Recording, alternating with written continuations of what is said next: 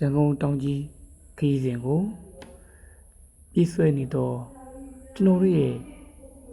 လိုင်းကားကြီးပဲဖြစ်ပါတယ်ကျွန်တော်တို့ရဲ့ကားကြီးဟာအခုဆိုထမင်းစားခဏနားမှာတော့ဖြစ်ပါတယ်ထမင်းစားနားပြီးမှလူကြီးမင်းတို့ရဲ့ခရီးစဉ်ကိုဆက်လက်ပြီးတော့ထွက်ခွာပေးသွားမှာဖြစ်ပါတယ်ရင်လိုင်းအများကြီးရှိတဲ့ထဲကမှကျွန်တော်တို့ရဲ့ရင်လိုင်းကြီးကိုအားပေးမှုအတွက်ကျေးဇူးတင်ပါတယ်